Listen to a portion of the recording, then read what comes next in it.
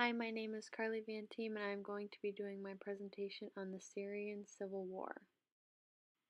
First, I'm going to tell you about the President of Syria, Bashar al-Assad, to give background information on why and how this war started, along with an individual analysis of him.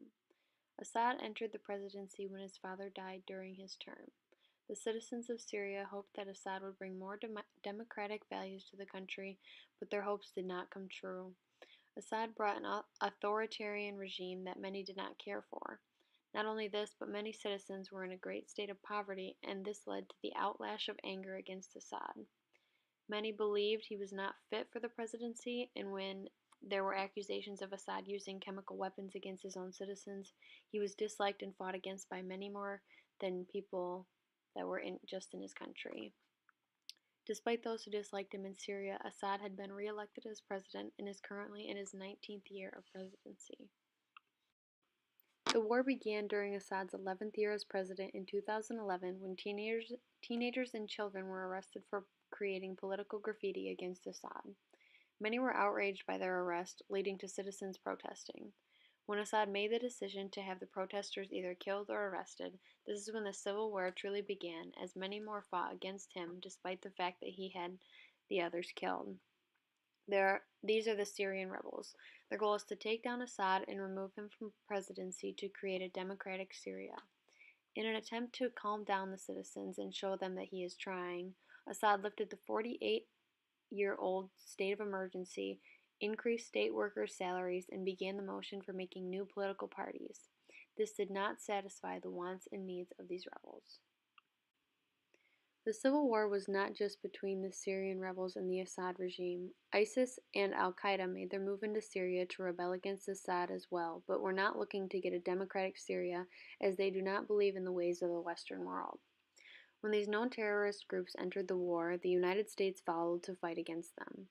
Later on, the United States would be fighting against Assad as well, as he attacked his own citizens with chemical weapons in 2013. This led to not only the United States cutting off Assad in Syria, but the EU, the Arab League, and country after country did not want to associate with them any further. This was considered a limited war between the United States and the other countries against the Assad regime as they imposed sanctions against him.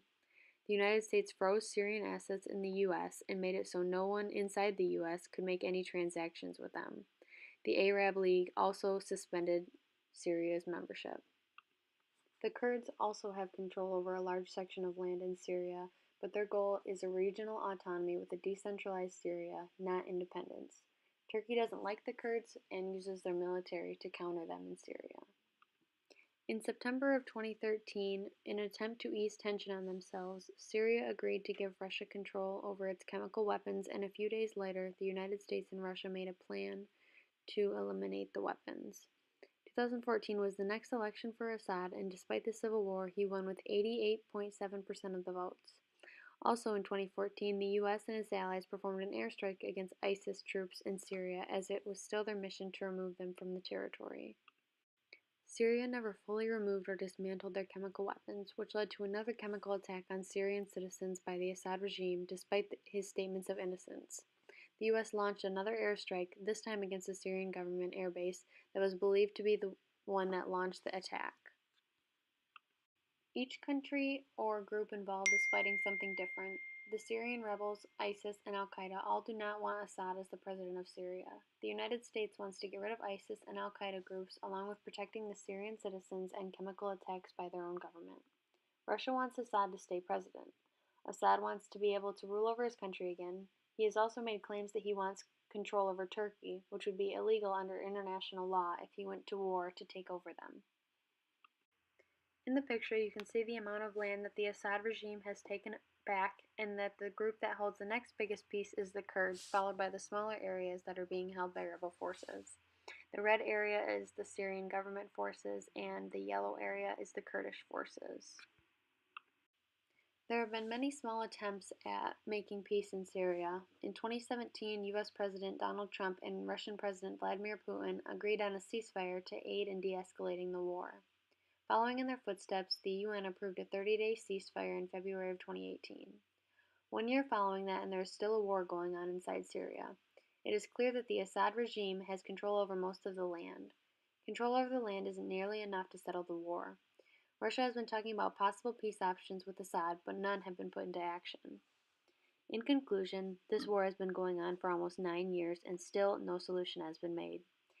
Hopefully, these potential talks with Russia can bring the war to an end and the country to peace.